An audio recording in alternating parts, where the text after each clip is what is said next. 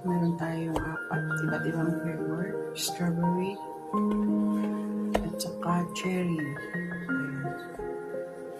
Apat siya. 5 cups water. Pakuluan lang natin siya.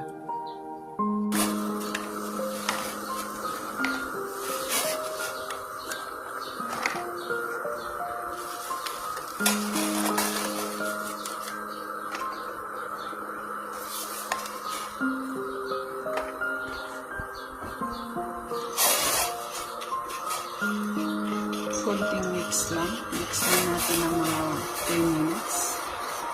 Then, okay na siya. Ayan, okay na yan.